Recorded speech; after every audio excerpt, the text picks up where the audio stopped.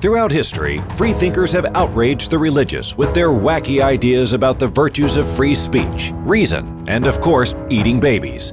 Now, God is dying, and it's time to dispose of his remains. From the pits of hell, Satan sends two puppets of the imperialist West and the Zionist Jews against God, Islam, and tiny kittens to bring you their propaganda and conspire for a new world order. This is Secular Jihadists for a Muslim Enlightenment with Ali Rizvi and Armin Navabi.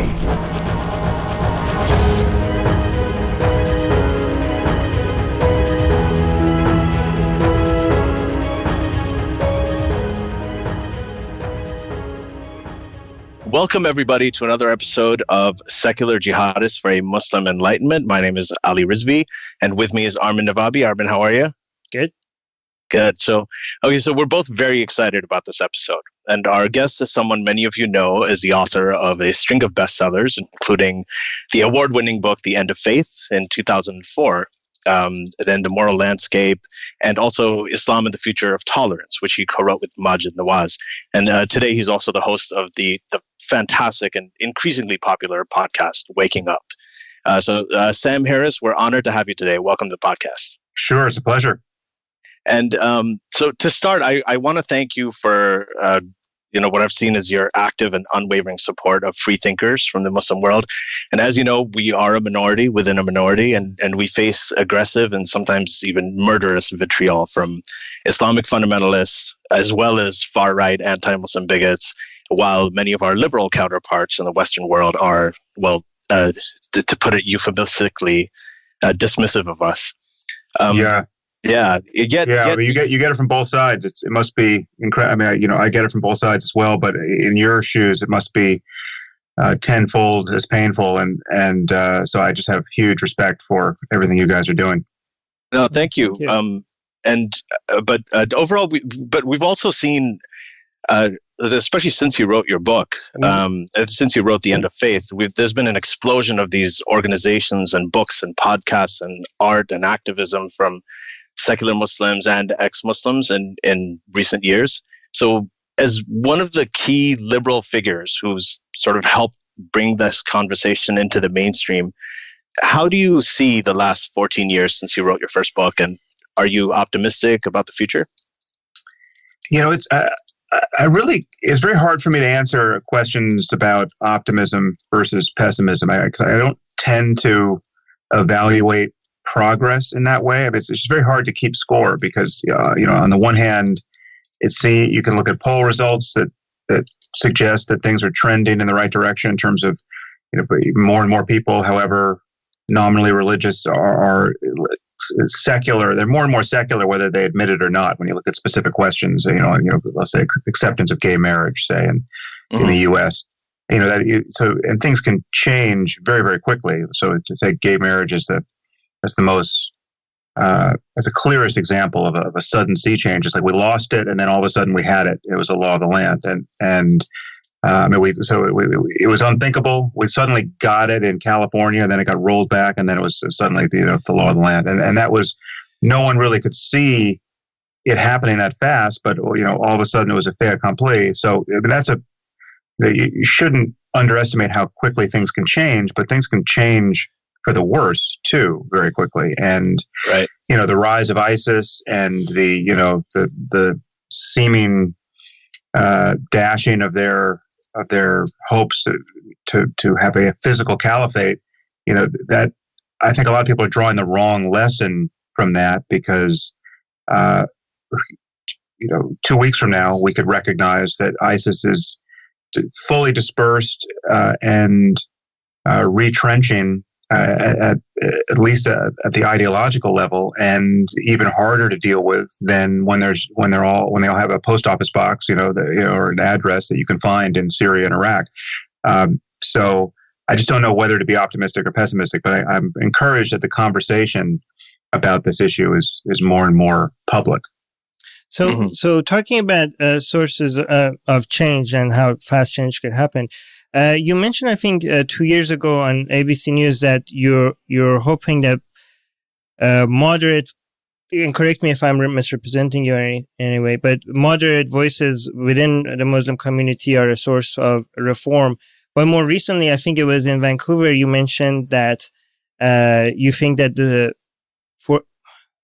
the forces of I don't know, religion. I think you said something close to the change for religion is kicked out from outside, as comes from outside, but not from inside. I don't know what the exact quote was, but like you kick the doors of change from the outside, not from inside. So basically, you suggested that it's the outside source, not within the Muslim community or Islam, that could be the source of influence. As people like ex-Muslims and atheists, I'm hoping that that's what you were suggesting. Did you change your mind on that?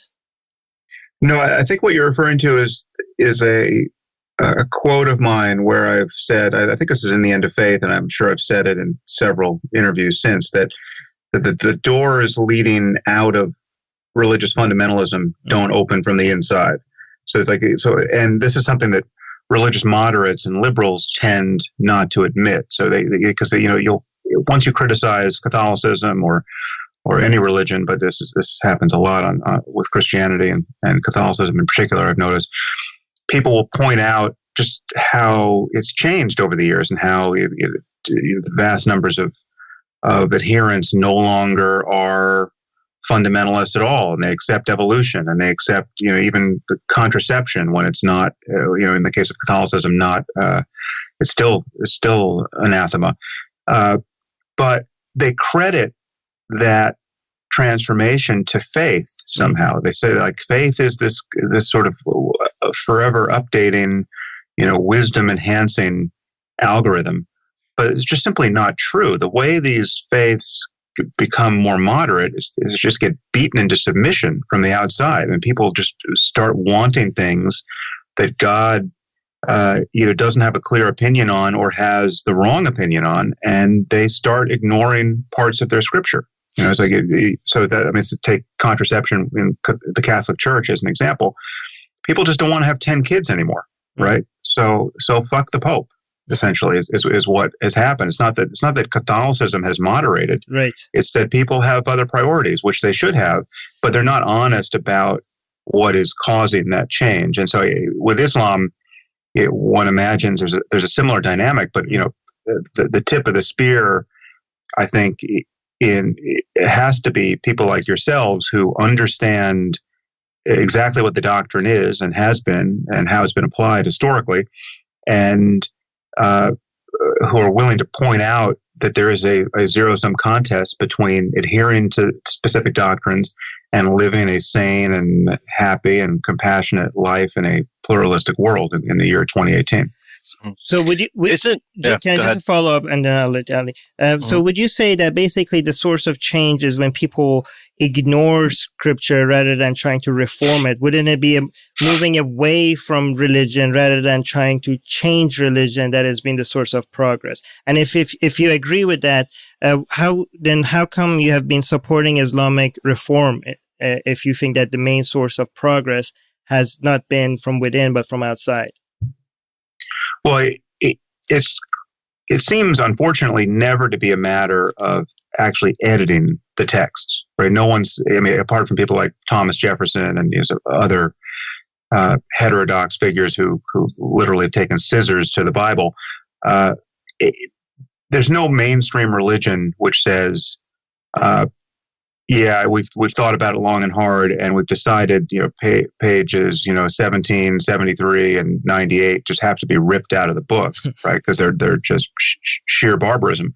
So that's not going to happen. So reform has to be a matter of reinterpreting or ignoring the worst bits in these texts, and I totally support that effort. But it's just inconvenient that, based on tradition and dogmatism, and the dogmatism that is explicitly encouraged by the texts, your hands are tied as a reformer. This is why Maajid has an extremely hard job, which I've tried to. I totally support his efforts, but whether the greatest change will come from people apostatizing and just critiquing the religion, down to the studs, or from people like Maajid trying to kind of work more acrobatic interpretations into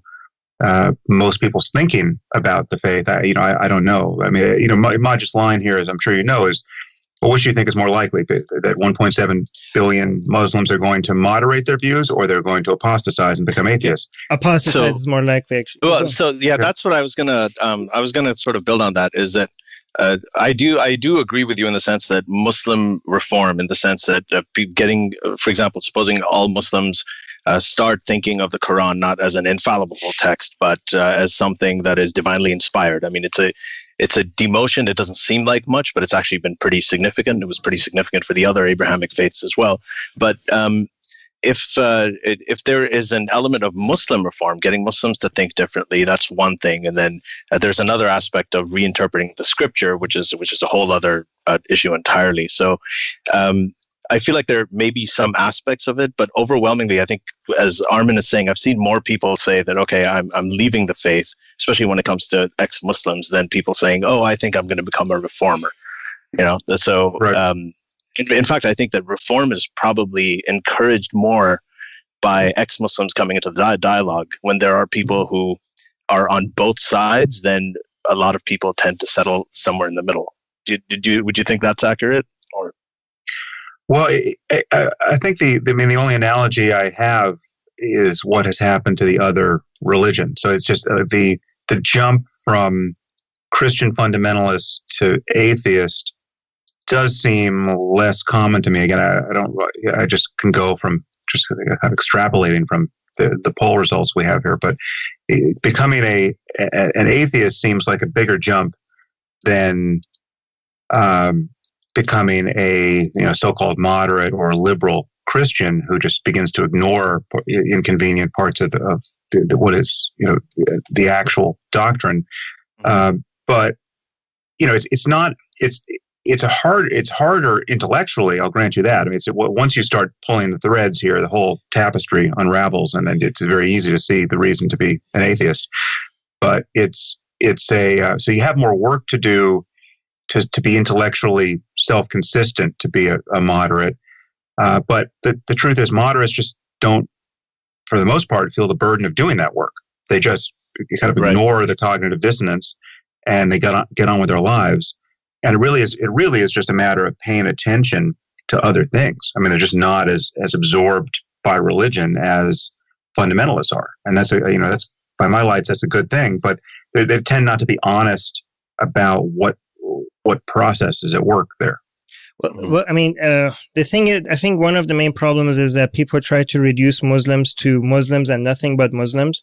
The thing is, Muslims are influenced by many sources of ideas, many sources of influence, and Islam just happens to be one of them. And, if you have a Muslim fighting for gay rights and women's rights or democracy, secularism, I just don't think it's right to say, oh, this is Islamic reform. Why are we giving credit to an ideology that has always been standing against all these values? We could just give credit to the individual rather than the ideology that doesn't deserve any credit for it. And I think that's the problem. The problem with Islamic reform is that it's basically taking credit for progress that deserves no credit for. Yeah. And the flip side of that is that we often get accused of blaming Islam unfairly. So it's like when Muslims do something terrible, the sense is that that Islam will be blamed for everything that is bad. So let's say in the Muslim world, or all forms of violence and intolerance, but it's just not true. So, I mean, I'm very careful to ignore all the bad stuff that normal human beings would be doing anyway, that doesn't have any connection to religious doctrine, right? So and so you just have to be careful about what you credit. We're just saying it's a negative force. We're not saying it's the only negative force. Yeah. But don't you think reinterpreting verses actually does more harm than good? First of all, it's like if we push for reinterpreting verses, we're being kind of, I think we might be unintentionally dishonest. We're basically selling one form of religion to people in exchange, one set of bullshits instead of other form of bullshit, just because we think this other set of bullshit is less harmful to us. I think that might be a little bit selfish because we're basically content with people believing in nonsense as long as it doesn't harm us.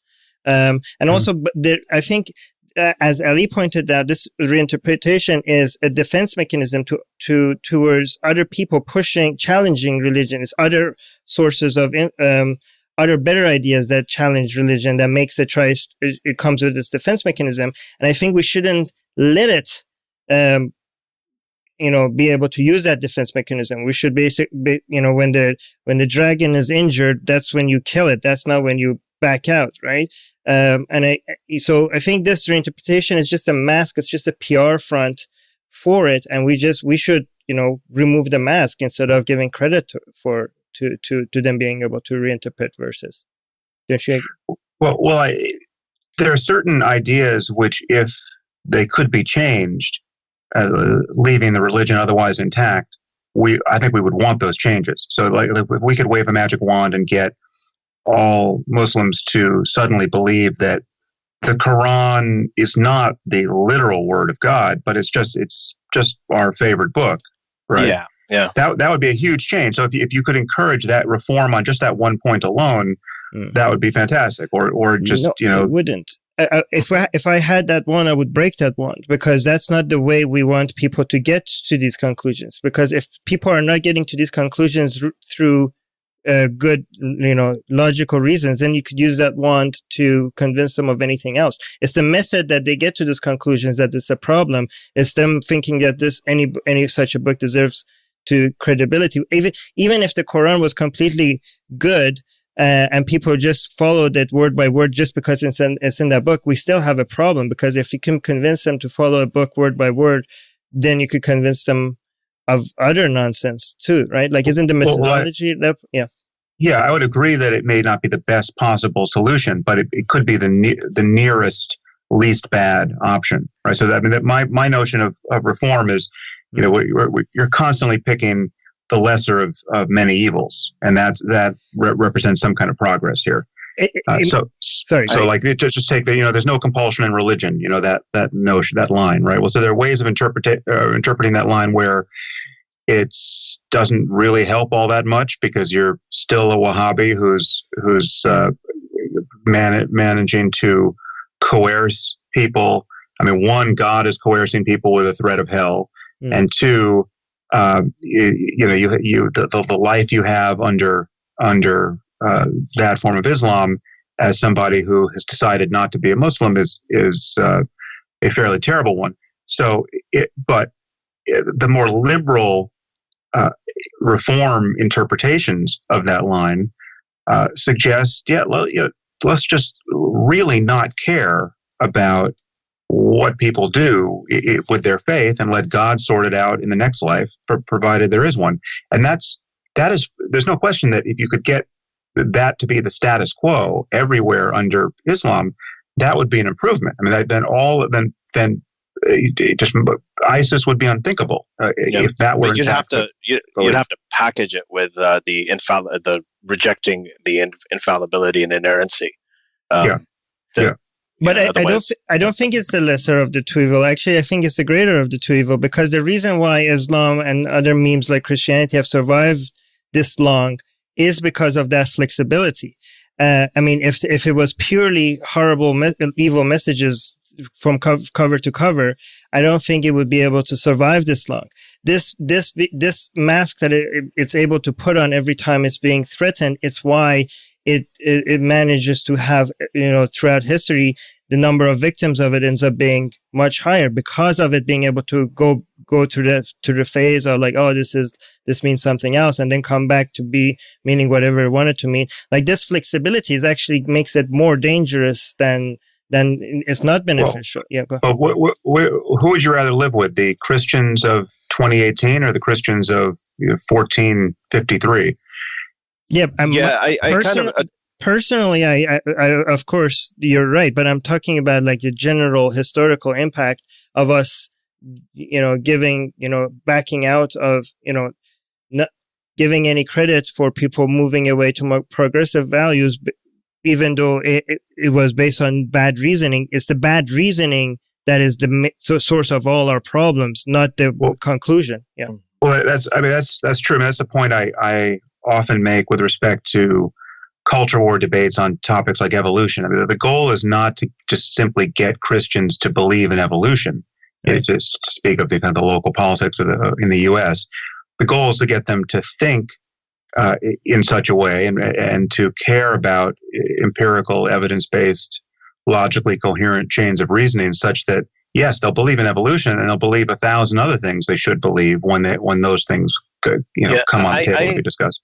Yeah, I feel like the advantage of reform and the only real advantage of reform, and I've seen this in real life with some of my sister's friends, for instance, who are who are very into the reform movement, is that it gets people in the room. So, right. For instance, you have the Catholic, if you have some sort of Catholic authority that says, okay, evolution is okay, then it'll get people in the room, it'll get them to learn about evolution, and then it's a starting point. So I think that helps, but it has to be packaged with the idea of inerrancy. It's actually working the complete other way around. It's not that we don't know that though. No, we don't know that yet. Actually, it's not the fact that Muslims are bad Muslims and then all of us are bad people, and then all of a sudden somebody is giving them a reform version of Islam, and then they change their behavior.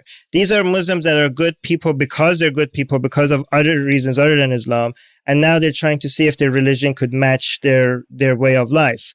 And the thing is that because the sources of them not being assholes is not Islam, we should try to get them to give credit to someone else. We shouldn't let them give that credit to Islam, because that's what make Islam, that's the PR of Islam, and that's what make Islam last longer, right? And the sources of Muslims becoming more liberal, secular, or progressive, or whatever, it has not been Islam. So why are we, even if you look at the leaders in the reformist movement, if you look at their stories, it wasn't that one day they were a radical and they went and read the Quran one last time and all of a sudden they decided to become a reformist. It was other sources of ideas, other people. So if that's not the medicine that, solve the radical problem with them, why are we prescribing that to other people? The only thing we have to do is not say reforming Islam, because Islam can never be reformed. As long as Islam is tied to the Quran, it's an evil ideology. We could just say reforming Muslims. And just by that, by acknowledging that we're reforming Muslims and not reforming Islam, I think we have taken away all the credit that Islam and Christianity was also trying to claim for all the progress of the Enlightenment, thinkers. But sorry, I talked too much. Yeah, cool. No. I mean, I think we agree about many things here, but there's, it could just be a matter of emphasis, or just you see this problem more up close and personal than I do in terms of interacting with Muslims who are attached to this notion of reform versus people who have apostatized. But there's no question that there are many people who are reluctant to let go of their religion, and a reformist notion of any religion gives them seemingly gives them some kind of way station on the road to full rationality, where they can linger for perhaps the rest of their lives, and their descendants can linger for generations.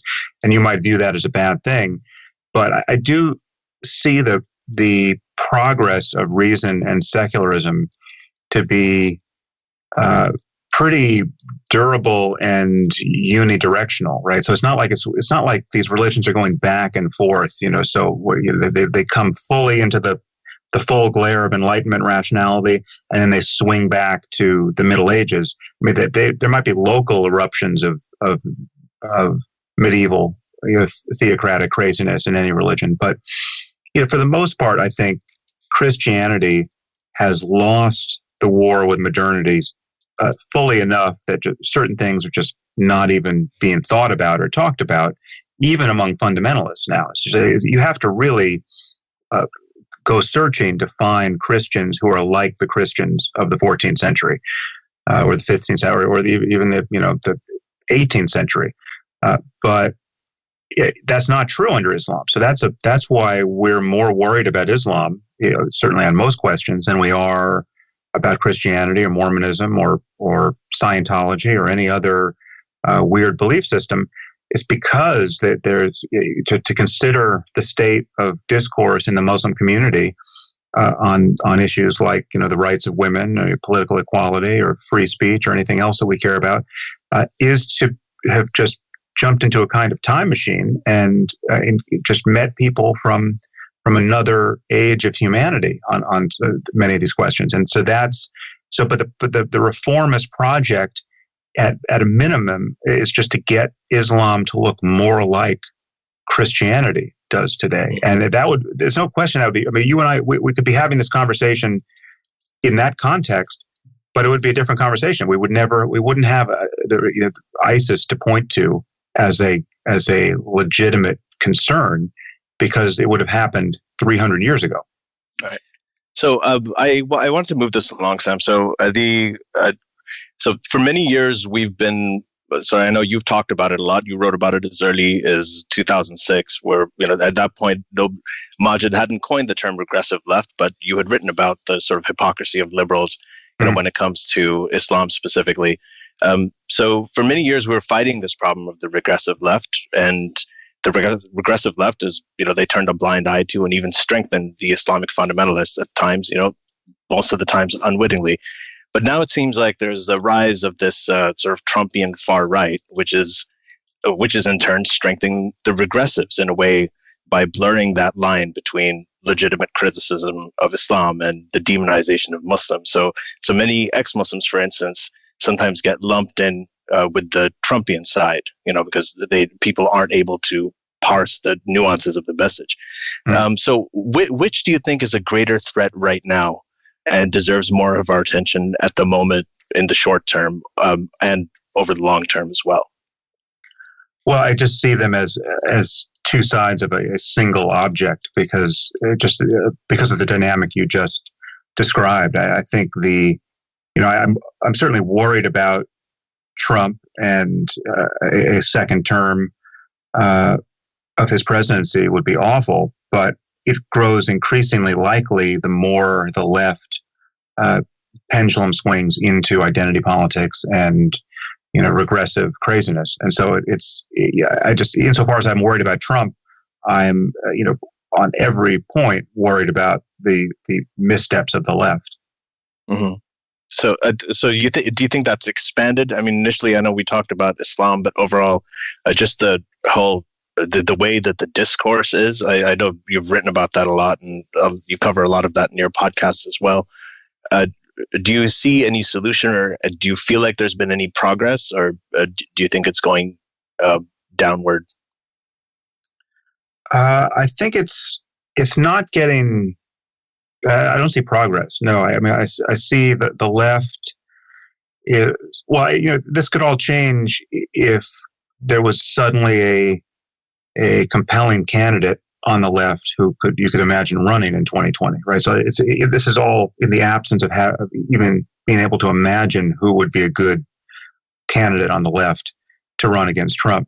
But the moment we had such a person, we all might feel differently. But in the absence of that, we just have a tendency toward moral panic and dishonesty that is getting amplified by everything Trump does, and it works. It just works for Trump. I mean, it's just it energizes his base. It makes it impossible to talk about what is really wrong with him or with the state of his presidency, because there's the targeting from the left is so imprecise. I mean, so for instance, to take the narrow question of his racism. I have no doubt that Trump is a racist. I feel like I know a lot about who he is and who he has been before he was president. I know people who know him. There's no question in my mind he's a racist. But the charges of racism that have been directed at him, it's just, you can just toss a coin to decide whether or not they're accurate or not. But he gets attacked as a racist for things that are not evidence of racism. and then so it's just the sloppiness on the left and the impossibility of even having a conversation about that sloppiness is so counterproductive. And and the net result of all of that is there are many millions of Americans who are feel like they're being tarred as racists unfairly because they are being tarred as racists unfairly on many points. It's not to say there's not, like, every racist in the U.S. no doubt loves Trump. I mean, that's almost certainly indisputable. But there are the left is just the conversation about racism is so awful and sweeping and dishonest on the left that it's just it only helps Trump in the end, because at a certain point, people will say, "Listen, I don't like Trump either, but if you're going to keep calling me a racist when I'm not, he's my guy." Mm-hmm. Yeah, so they rebel against that. And so just to follow up on that, we had Steven Pinker on recently, and we were talking about how the recent sort of intensification, if that's a word, of far right populism it may be more of a backlash, than a movement in itself. And he also drew an analogy with the intensity of Islamic fundamentalism, which has risen also in recent years. And even though that is different, both of them are kind of trying to resist a world that is becoming more progressive and fighting to go back to a more traditional world where there was some kind of order or familiarity. So do you see this, and I guess this is about both the intensity of Islamic fundamentalism that's happening right now, as well as the far right all these, to me, they're both far right movements in a way. Do you see these as more of a backlash or movements in themselves? Well, it remains to be seen. I think that conservatism and populism are legitimate movements, but if they, if the wave crests and breaks and then disappears in 5 years, well, then we will have thought, that there wasn't much to that. And if 50 years from now we're still talking about the fragmentation of Europe and populism, and kind of reactionary populism being stoked by concerns about immigration and diversity, that's then it will be been with us for the rest of our lives, and it's a major thing. So it remains to be seen what's going to happen. It seems at the moment to be an enormous problem, especially in Europe. I mean, it's a problem in the States, but in Europe, it's just an all-encompassing problem, it seems, and and again, this is a failure of the left. The fact that the left can't have an honest, non-masochistic conversation about what's going on in Europe. The fact that there's no place to stand in American politics on the left, where you can say, listen, we're pro-immigration. We are concerned about refugees. There's 68 million refugees in the world. That's an awful situation that has to be remedied somehow. But let's admit that we do not want to have Europe's problems in America, right? The end game can't be to be just like Germany right now. And to say that is just you kind of set your watch by the accusations of racism that will come your way. Right. And if we can't get past that, we'll have Trump for another 4 years. So is it okay? Okay. Yeah, go ahead. So you mentioned recently, a couple of times recently, that you wish that you didn't have to talk about. I don't know if you wish you didn't have to talk about, or you don't want to talk about Islam or religion or these ideas anymore, because there are a lot more nuanced philosophical questions and more interesting ideas out there. But don't you think? Correct me.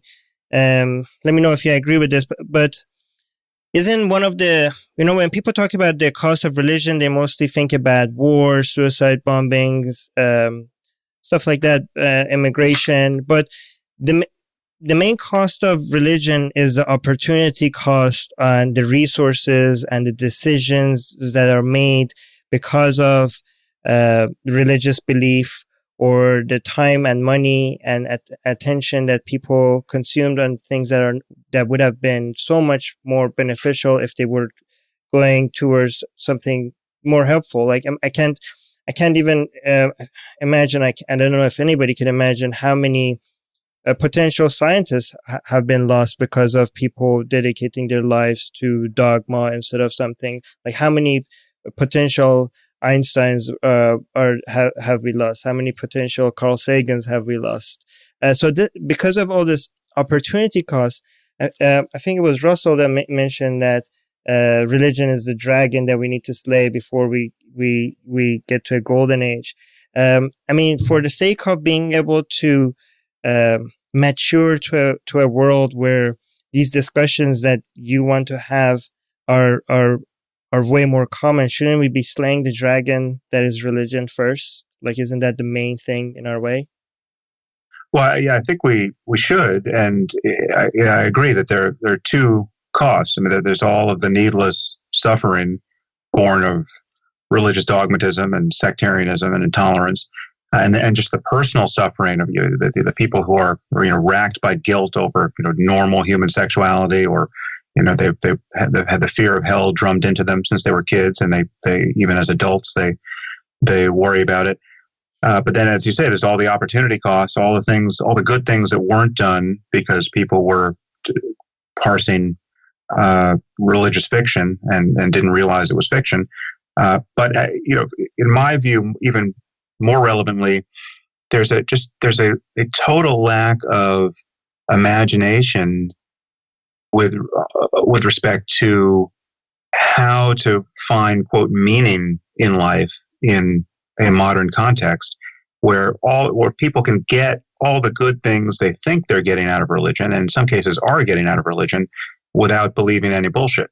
So it's my interest, as you know, in things like meditation is part of that picture for me. It's like it's not that there's no baby in the bathwater of religion and has never been. It's not that all of religious literature is a testimony of epileptics and lunatics and conscious frauds, right? That's not my view. I mean, there's some atheists who may actually believe that, but they just don't know what they're talking about. I mean, it's all you have to do is take MDMA or mushrooms or sit a silent meditation retreat to know that there are experiences that can seem to justify religious language. And my view is that we want those experiences, many of them certainly, and we want to understand them rationally, and we want to close the door to all the divisive nonsense that religion has produced on the basis of those experiences. And so but we have the main opportunity cost now that I'm worried about is just the fact that most people think there's no modern game to play on this topic apart from having a more and more moderate version of one of these Iron Age belief systems. So that you have to be just a super moderate Christian to be spiritual. You can't honor that part of your life without recourse to a traditional religion. So the issue is that, we don't want to throw out the baby out with the bathwater, but the problem is that religion is claiming the baby and just won't let go of the baby, right? And the thing is that to compete with what religion has done is not only, it uses the baby to cover for its bullshit and all the other things that it does, but whatever it offers, like that's just the marketing side of it. But it also has made it very difficult to compete with it. Like it has created a monopoly over offering meaning, offering purpose, offering a source of morality. Like it's a lie, but it claimed that offering a sense of community, and either it has made it by law, forced that by law, or made it tax exempt or laws friendly to it. So it created an environment where a competition with it to offer those services to people has become very difficult. So again, to be able to claim that baby and to be able to compete with it, it does help if we could, weaken it while we're trying to compete with it, or at least, to be able to compete is very difficult. I mean, you more than most people have gone, more than I don't think anybody have gone in offering these things in a non-religious manner, but still, compared to what we're dealing with, I mean, if you compare it to the beast that is the Catholic Church and the Sunni Islam, which is governments based on them, and Shia Islam. I mean, this is like, we are very it's very hard to compete with that. So I think offering these things in a non-religious manner is really good, but it won't go far if we also don't destroy the source of what is making competition very difficult. Yeah, well, it's not just resources. Resources are a huge part of it, but it's just having the traditional language there to refer to, and just the associations, the artwork, the music, the architecture. It's just the fact that you open up an art history book, half of what you see there has a religious theme to it, and some of the greatest works of certainly the visual arts, painting, right? So you go into the Louvre and you look at the walls, and half of what's beautiful has got Jesus on it, or something related to the history of Christianity, and you can't. I mean, so we don't have we don't have the giant museum filled with explicitly atheist masterpieces, right?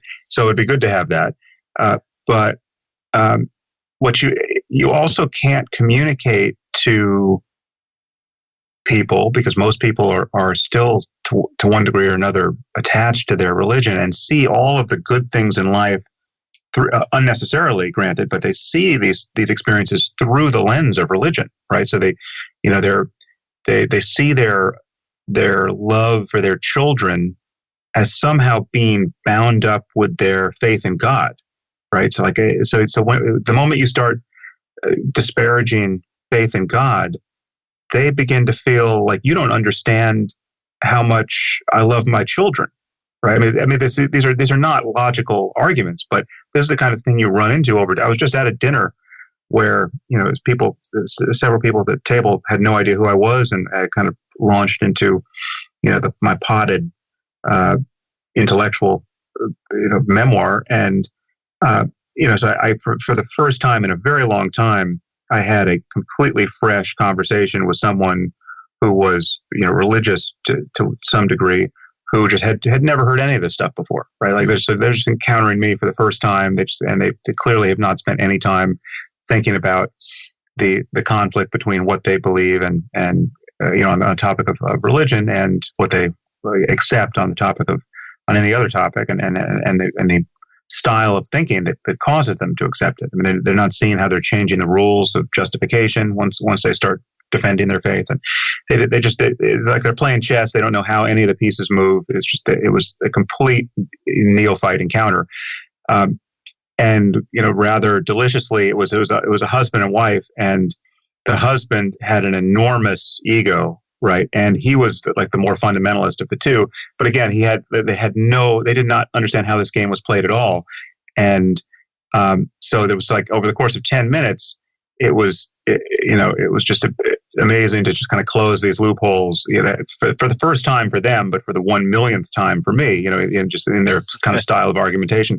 And it did come down to things like, just a stark emotional attachment to just using the word God to capture like everything they care about ultimately, and a total unwillingness to critically examine that, right? So it's a lack of critical thinking.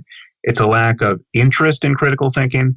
It's like if this is confirmation bias, I'm going to go with it because it feels good, right? Like and there's nothing wrong with that. Like that's the we're talking about very successful, smart people in every other way, but they just don't want to be pressured into thinking about this.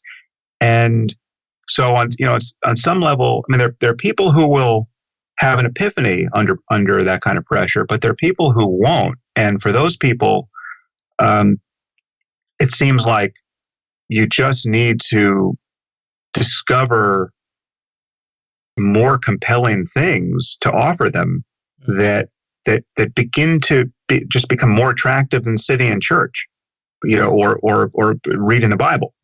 And so like, if you have something that is a true secular equivalent of what the community experience they're getting from church, and it's not a fiction. I mean, they really are getting a community experience. Like they're on Sunday, they know where they're going, and they know everyone there, and it feels good.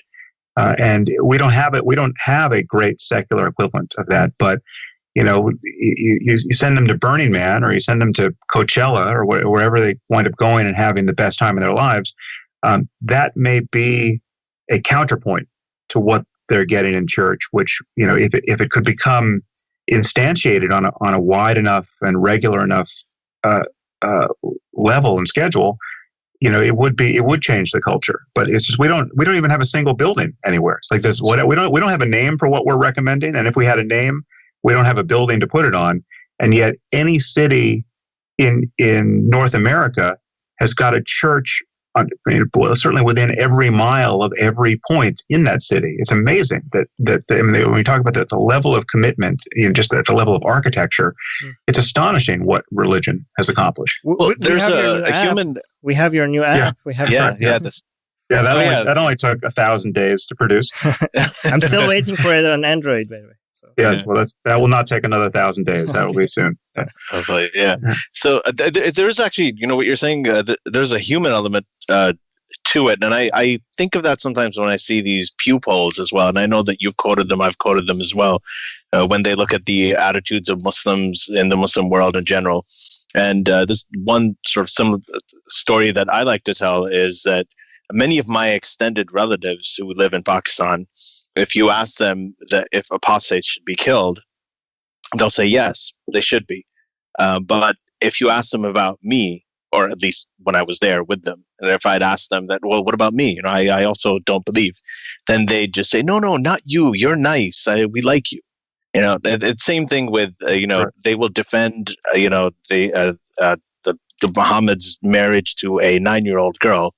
As something that, because he's the perfect man of all time, they'll be fine with it. But if you ask them about their own child potentially getting married to even a prophet, they'll balk at that suggestion. Same thing with polygamy and all of these. So they tend to have a theoretical approval of many of the. A lot of these people have theoretical approvals of these things that end up in poll results. And unfortunately, they also end up in, if it's being done to somebody else who's very distant, they will cheer it on. But on their own, human beings, I guess they're a little bit more complicated. Yeah.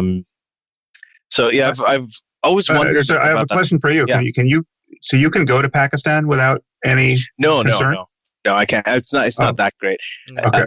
The reason I can't go there is it's not necessarily because of my extended family. If I stay with my extended family, I'll be fine as long as nobody else knows about it. But at this point, I'm prominent enough in Pakistan for it to be a threat for me. So I mean, even people who are just secular, they're not even out and out atheists, have been assassinated. There've been attempted assassination. So it's still a tough thing. But hence my surprise. I was picturing you just going back to just carefree attitudes and hanging with your extended family, and it was hard. No. I haven't done that for a long time. But I'm saying, when I was there before I came here, there were some people who I did talk to about this. So there were a few people who knew, and some members of my extended family. They knew it. And they kind of. One of them was even he went off to Iran to become a scholar.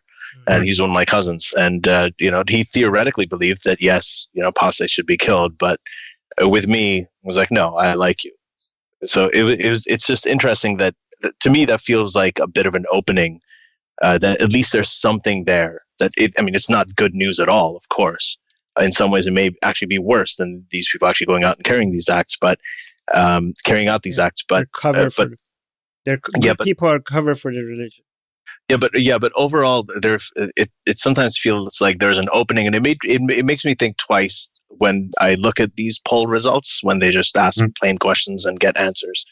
I discount the poll results to some degree, but you can't discount them totally. So if 50% of people say that apostates should be killed in some community, well, then maybe it's only 30% that would actually support that. I mean, there's got to be a delta between what people say they are committed to and what they're actually committed to. But it's disturbing. Even just the lip service is disturbing because it's right. The lip service provides the context in which the actual commitment still remains sheltered. Mm-hmm. It's we saw that with Vishal Khan. I mean, he was lynched on a university campus, for simply asking questions about Adam and Eve. So I'm not downplaying the situation at all. I'm just it's just in the sense that I guess when you were talking about your dinner guests, I was also thinking that there are aspects of people apart from their religious belief that may provide an opening where you can connect with them emotionally. Like if they have an emotional connection with you, some sort of emotional affiliation with you, and if they're human, if you come out of the closet, if they know who you are, it sort of humanizes ex-Muslims and atheists for them as well. So actually, to that point, but before I make this point, to whether we could go back to our country. When my mom got cancer, I couldn't go see her. They would be waiting for me in the airport and be straight. I would be going straight from the airport to jail and get my execution date passed right after. But so that's Iran. That's Iran, yes. Yeah. But what Ali is saying is, I think, is very important, because I think with the story that you mentioned with the couple that you were talking to, I think if our goal can't be to, people when they try to say that argue for reform, they say, "Oh, we need baby steps," right? But I think the baby step that Ali is suggesting, and another baby step, which is doubt, is a very, very baby step than reform, because it's honest. And what I'm saying is that we can't expect, obviously, everybody to be like, say no to religion and realize that this is all nonsense. But some of the baby steps that I suggest instead of reform, which is more intellectually honest, is doubt. I have managed to get a lot of people that are still Muslim or still Christian to admit that there is a chance, that there is a small chance that they could be wrong. And I think that's amazing if you could just admit that, because that will just a small amount of chance that you're not, these all could be wrong.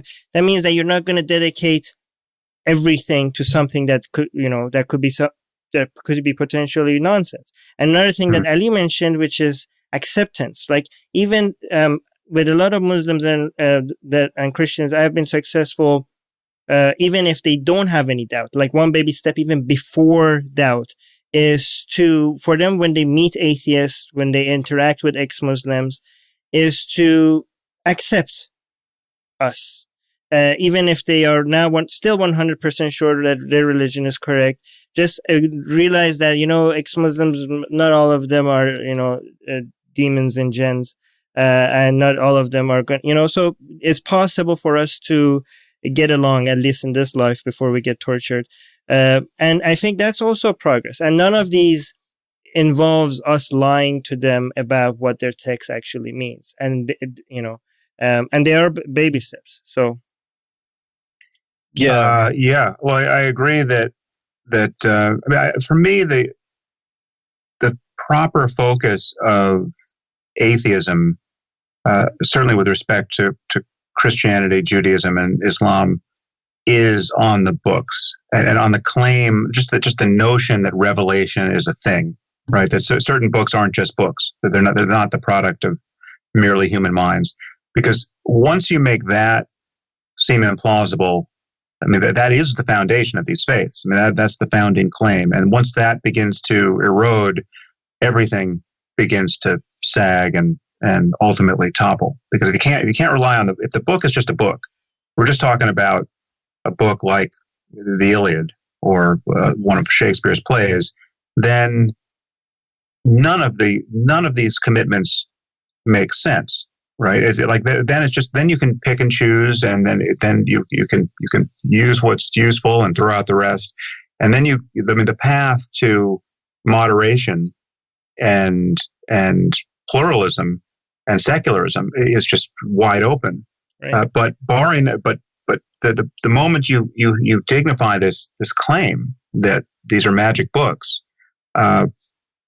however moderate you may seem, right? However much you have attenuated your dogmatism on every other point, this is the recipe for the full reboot of intolerance and fundamentalism. Because, as you know, the books themselves, the moment you dignify the claim that everything between the covers of this book has to be seen as perfect in some way, well, then then in the Muslim context, you've just got a full reboot of something very much like ISIS.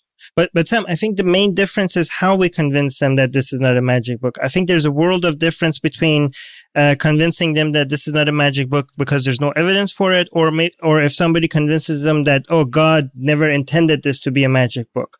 And I think the second method does us a disservice. First, because it takes attention away from the first method, even though the first method does work. It does work better than the second method. The second method is just keeps pushing, it keeps covering for, the fact that we could even hear from, that there is a God, or we could hear from it. I just think we should focus in the methodology that we get people to those conclusions is as important, I think even more important than what the conclusion is.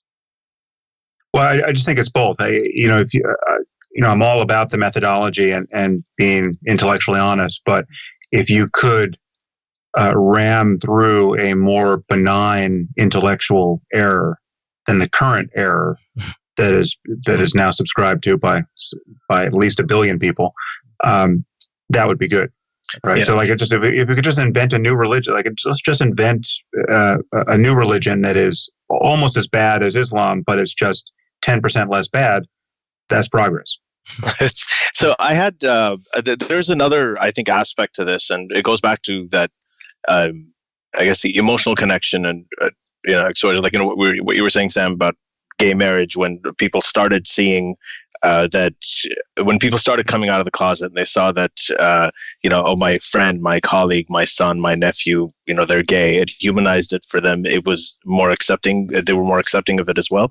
And I kind of found this with some of the work that I've been doing over the last 10 years, and also with my book, is when I lock down a connection on identity and emotional connection. I grew up, when I speak to other Muslims, religious Muslims, that I grew up like you. I went through the same experiences. I remember how annoying it was when my mother would ask me to pray and things like that. They'd relate to it, and we locked down that connection.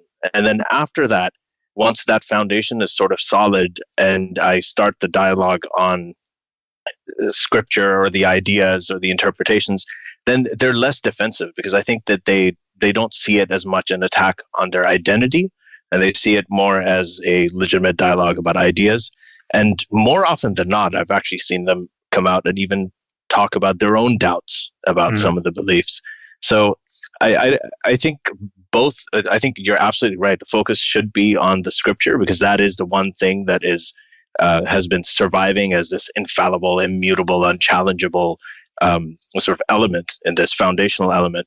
But the way that you get through it, your way in, or our way in, maybe to form some sort of emotional connection on some sort of community-based sort of a personal connection, on the basis of which you can actually have this conversation. So I mean that's a wider conversation on what approach is best, but.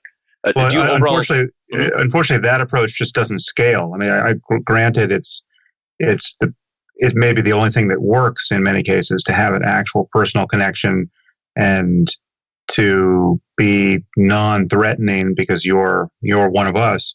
But what we need are the most compelling ideas that can actually just kind of survive translation, from one stranger to another.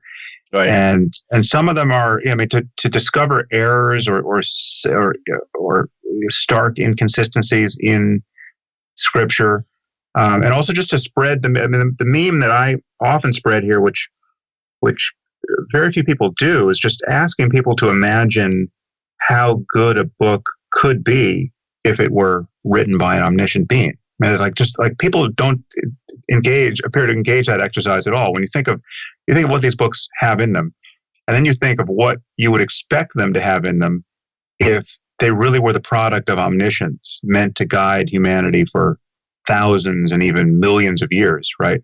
Mm-hmm. There's just nothing like any group of 10 smart people could take a stab at writing something that would be good for all time, and it would be so much better than what's in Scripture, and it would still fail to be relevant for all time, but it would be, it would take us 5 seconds to come up with a sentence that would prove, had it been, found in the Quran, that the Quran could not have been the product of a 7th century human mind, right? I mean, just put in a couple of sentences on information theory and, the physical basis of computation, right? One day you'll build intelligent machines that speak like people and even reason like people and better than people, and just give a little, in seed form, give everything, Alan Turing and Claude Shannon figured out. We would know that whatever happened to Muhammad in his cave, that was a miracle, right? Mm-hmm. Because there was just humanity at that point totally lacked the intellectual basis for that kind of breakthrough. But of course, there's nothing like that. And there should be, that should be what the whole book should be like that.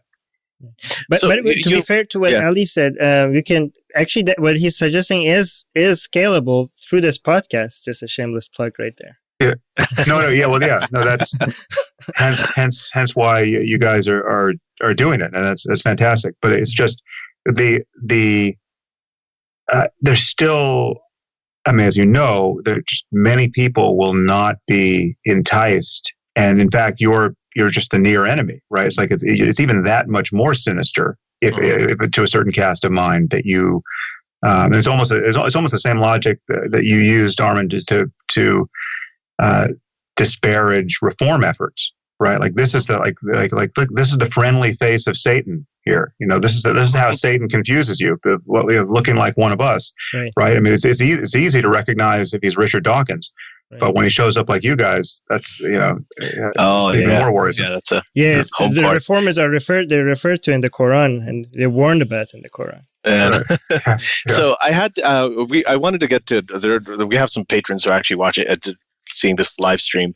So I wanted to get to some of them. Unfortunately, my apologies to patrons. We're obviously not going to be able to get through all of the questions, but I wanted to select some that were relevant. So, you were talking about the secular spirituality, or a spirituality without religion. So Fahad Sayed is asking, did Sam study or practice Sufi meditation? And if yes, what are his thoughts on that? A little bit, not formally, but I have done some, but some amounts to I don't know, on a couple of retreats that were 10 days long. There were several days where there was, Sufi dancing and zikr and also just a lot of kind of Rumi was in the air, in those contexts. So, I'm as every New Age hippie is, I'm a fan of Rumi, but I don't have any illusions that he represents the bulk of Islamic doctrine faithfully. But it's, there's no question that there's, I've read Pir Vilayat Khan, and I'm somewhat familiar with what Sufis are up to, but it's not something that I practiced much formally, but I don't doubt that there are interesting experiences to be had by those practices. You mentioned that you liked Nusrat Fateh Ali Khan, right? I just love I just love the music so much. I didn't really encounter that in the context of any kind of meditative practice. But I'm gonna I'll send you later a one of the qawwalis that he sang that is actually considered really blasphemous, and it's like he did it a long time ago. Cool. But yeah, he actually had a lot of, he got into trouble occasionally for saying stuff that was blasphemous. Sufism in general is considered blasphemous. Even when it came to Shia Islam, they had to rebrand it as Irfan because of the negative association that Sufism has with shirk. Yeah. Well, and then the flip side of that is there have been intolerant Sufis, as you probably know. I mean, there are Sufis who have a very ISIS-like notion of jihad and what to do to apostate. So it's not all Rumi. No. Ghazali was Sufi, and he's responsible for the end of the Enlightenment era of the end of like he was anti-logic, right? So that Muslim golden age, effectively killed it. Not Muslim, Arab golden age. Don't give Islam Arab golden. He's still on that. So, Sam, do you think we've talked about the spirituality aspect, and also, what other things do you think that religion offers people? That when they talk about that sense of comfort, that the skeptic community could do a better job of addressing. Because I've seen in some cases there's, you mentioned the art, like there's art at the Vatican, or the poetry that's also associated with Islam, and the calligraphy, and so all of these different aspects that that touch people religiously, that keep them there. The idea of life after death, the spiritual sense. What is it that we could do a better job of, and how? I know that's a big question, but I think the center of the bullseye is taking an interest in the far range of positive human experience that, admittedly, is fairly rare, and it doesn't represent most religious people's experience most of the time. And it's not the standard experience that someone's having in church, but it's ultimately why people are in church. I think it's like the fact that Jesus is an example of something extraordinarily positive that's possible for human beings. So I mean, that's what's advertised. Now it's in the context of Christianity, he's viewed as a singular phenomenon, and being like Jesus is only a possibility up to a point. But the more contemplative and esoteric and mystical you get in that tradition, the more being like Jesus really is the project, right? Mm-hmm. And so it is with, it's probably less true of Islam, but it's certainly true of certain strands within Islam. And Muhammad is not exactly the same example as Jesus, but we have lots of problems as a result. But in most religions, and even in most cults, right, there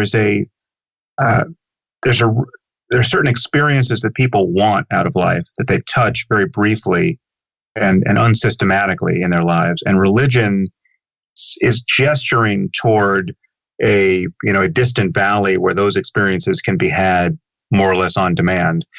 And that part of religion is actually true, right? It's true to whatever the best day of your life was, or the best 5 minutes on the best day of your life, that is a state of consciousness that you could figure out how to inhabit more and more, right? And people are right to want that, because when you look at how you're racked by anxiety and regret and just kind of general mediocrity, we all tend to be, religion is the counterpoint to all of that. Religion, so it's like you're wasting your time on social media. You hate 99% of your interactions with people in this world because you feel neurotic, and religion is advertising to you that it's possible to be a radically different person. And so, there are certain people who became saints, and they basically had light pouring out of their eyes, and there's just a wing of the human experience that you're not tending to inhabit. And that's a loss for you, right? And religion, religion is continually demanding that people remember that. And again, it's filtered through so many other concerns and dogmas and commitments that have nothing explicitly to do with spirituality or a kind of deep approach to ethics, but I think that is the baby in the bathwater. That's what people should be afraid to lose, and many are afraid to lose it. And even though it's so imperfectly acquired in the present under religion, and that's the thing that if you go to an atheist conference, that's the thing that many people just have no model for, right? I mean, this is the perverse thing about atheism, is that it tends to select for people who just have never had that experience, or have only touched the bad side of religion.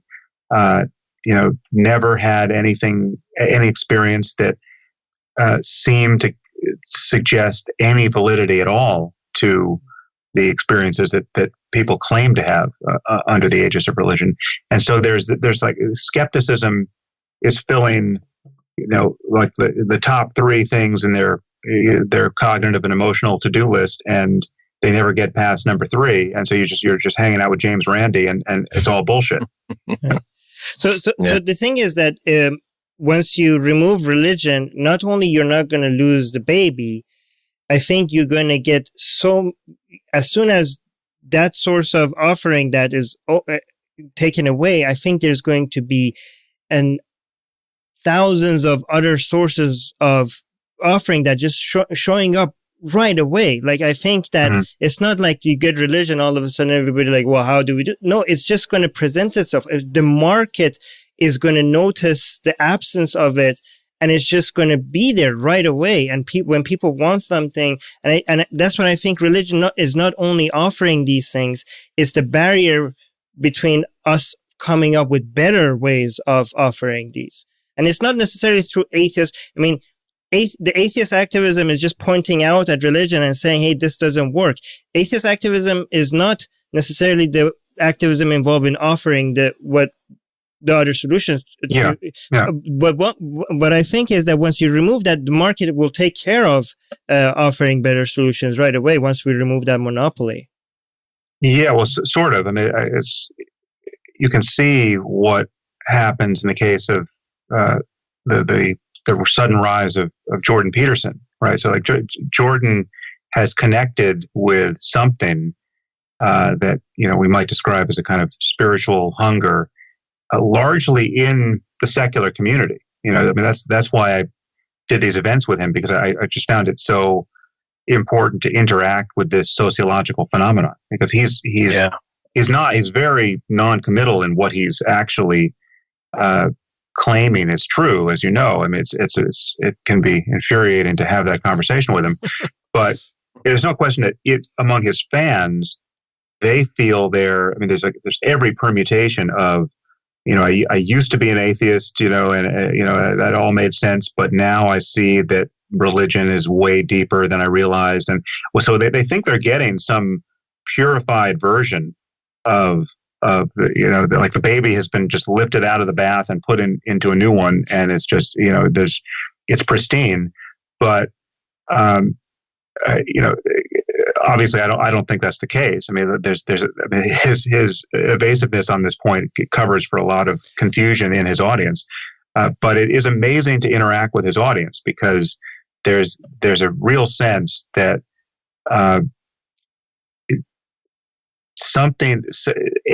atheism is disregarding something fundamental, right? And secularism is disregarding something fundamental. And in this case, Peterson is delivering the goods, and it's that's the marketplace of ideas talking on some level. Well, no, I mean, the problem is, I mean, it would be fine if he was delivering those goods. The problem is when Christianity gets credit for it.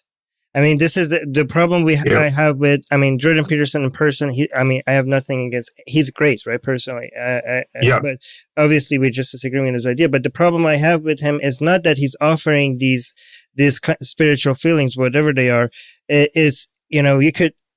You could do that, but without the Bible or Christianity getting any credit for it. I mean, the problem with Islamic reform is not the reform part. The problem with Islamic reform is the fact that Islam is getting any credit for it. And I think basically what you see Jordan Peterson is doing is very similar to what the leaders of the Islamic reform are doing, right? They're society is moving forward. We're progressing. All I want to do is to point out that, like, none of this progress has anything to do with Islam. That's interesting. Yeah. Yeah. Mm-hmm. Yeah. Well, I mean, so Jordan is not even clearly crediting Christianity. I mean, some of his fans think he is, and sometimes he appears to think he is, but it's not even as clear as all that. And I think it is still problematic, even if the credit's going, in his case, to Carl Jung and mythology, right? So like, even if you just take the sort of the Joseph Campbell strand of Jordan, all of that is worth critiquing insofar as it's violating our standards of intellectual honesty and evidence and coherence. And I mean, that's, there's a debate to be had on that front without any reference to religion. So, I mean, this is back to your point, Armin. It matters. It not only matters what people believe, it also really matters why they believe it. The patterns of thought they're indulging that's causing them to arrive at those beliefs, because that's the algorithm. That's the thing that will produce the next set of ideas. And we want insofar as we can acquire it and maintain it, some semblance of a reality tracking algorithm. Rather than something that was just handed to us by accident of birth by our crazy religious parents or our crazy, our politically addled gender studies department, or wherever we got stuck in a cult. We want to get out, and it's only an algorithm of clear thinking that reliably gets us out. Mm-hmm. So, Sam, there's this one thing. Whenever one of the questions that I get a lot is, how do you? And usually this is from Western, largely white people, most of them liberal, is that if they criticize Islam or if they talk about Islam the same way they might about Christianity or Scientology, then they're going to get, they can't share these memes, or their friends will call them bigots, or they might get fired from their jobs. And they ask me, like, well, what should I do? Like, even if I agree with you and I want to help you spread these ideas, how do I do it based on who I am? Mm-hmm. Yeah. But no, I wanted to, the reason I wanted to actually put this question to you is you're someone who has been doing this. You've been doing this for, I guess, a good part of 14 years now, at least in the public. So what are some of this on? Well, I just, at a certain point, I stepped into the fray and I never got out. I just decided, okay, I have to try to make sense on this topic, whatever the consequences. And once, you really can't go back from having done that. And, there's safety in numbers. I mean, this is a point I often make, is that the reason why the Salman Rushdie affair was a thing was that there weren't 10,000 people standing right next to him the next day making the same blasphemous noises. And so it is with Ayan and anyone else who gets singled out. So the answer to your fan, however craven, is that it is Armin's answer. The first answer is, yeah, they can support your work, right? I mean, you're doing something that they should acknowledge takes more courage than what they're doing, and you're better positioned to do it because of your background. And it's absolutely necessary that people like you do what you're doing, and people like you, which is to say people who come from the Muslim community, who are not white guys like me who don't, because as much as we agree about all of this and are trying to play the same game, I can't do what you're doing, right? Like all I can do is support you, and I do that as in any way that I can. But it's very clear that it's a different effect, as you say, to have someone from the outside criticizing the faith, and having someone from the inside, or who used to be on the inside, criticizing it. And so we need more and more people doing what you're doing, and we need more and more people doing what I'm doing, because it's the taboo around criticizing religion has to be lifted, and the taboo around criticizing religion specifically has to be lifted. And this is a taboo that I was surprised to find in the atheist community, which just when I wrote the book, The End of Faith, which was generally considered harder on Islam than any other religion, and because it was, I encountered this surprising commitment among fellow atheists, which suggested that you had to be even-handed. You'd like all religion is bad and all religion is equally bad. That's atheism, right? But of course, that's insane. There's just no reason to worry about Anglicanism the way you are right to worry about Sunni Islam at this moment. And it's just, so it's, all of these taboos we just have to knock them down. And the only way to do that is to violate them and show people that, that can be done. And it's more compelling to do it because it's more consistent to do it. It's more honest to do it. And people know they're lying. If they pretend to be just as worried about Mormonism, and they point to somebody like, or even the worst case, the moment you reference the latest jihadist atrocity and it's linked to Islam, and somebody said, well, yeah, but what about all those abortion doctors who are getting killed by Christians, right? Like the dishonesty of that just has to be, we have to become allergic to that because it is just ethically, insane to make the comparison at this moment in history. And so we all have to get into the fray at once and start making sense together. But you guys are doing something that only people with your background can do, and so few do it that it's remarkable that you're out there doing it. So you should, people really should just support your work. Thank you. Mm-hmm.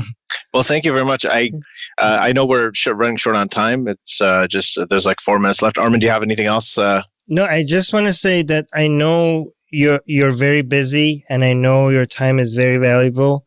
And I know a lot of people, seek to get your attention for you to come and, even half an hour of your time.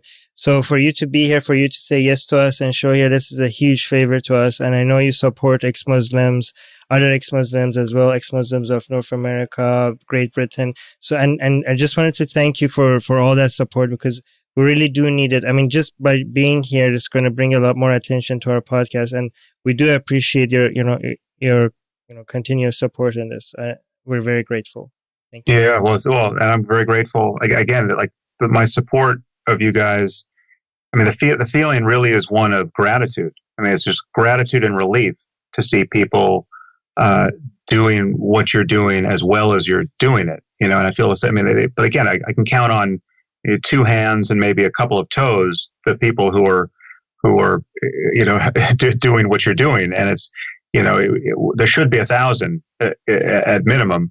And then we'll get there, hopefully. Yeah. And so it really is. I'm sure anyone who's listening to your podcast shares my feeling. It's like, to thank goodness someone is having this conversation in public, and that's so keep it up. Yeah. Yeah. Thank you very much. I have one last question before we go. And sorry to our patrons that we didn't go through. Like, we had so many pre-written questions that we just asked one question. Sorry, patrons. We'll try to. Well, I think it's going to be impossible. We're going to try to get Sam here again at some point. Next time it could just be straight questions. Okay. That would be great. So the last question I had was. 4 horsemen or intellectual dark web? You have to choose one. Is there a option C? No, unfortunately not. Both or neither.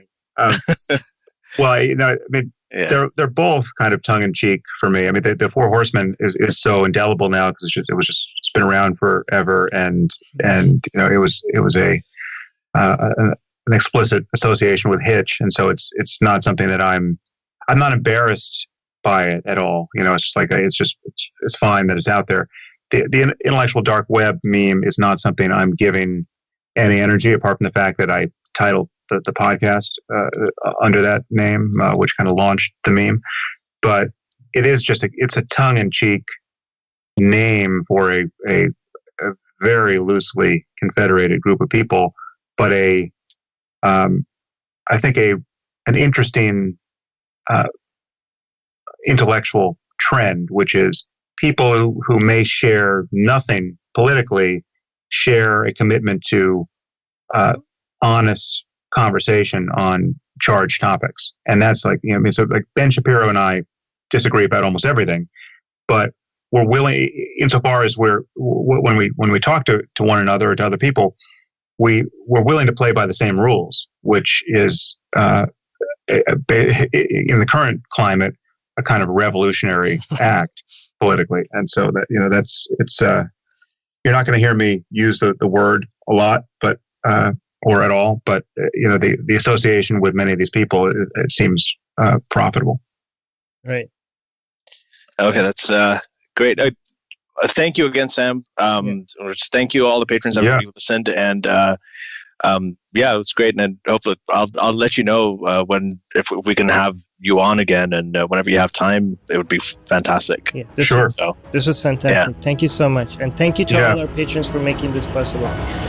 The secular jihadists have been made possible thanks to the Illuminati and the covert support of Israel and the CIA. That's what we have been told, but we haven't received our checks yet. If you like what we do, please support us. Share the podcast with your friends. Write and tweet us with topic and guest suggestions. Or head over to secularjihadist.com and give $1 or more for exclusive access to live video. Have your questions read and answered on the air, and more. Till next time, may the flying spaghetti monster be with you.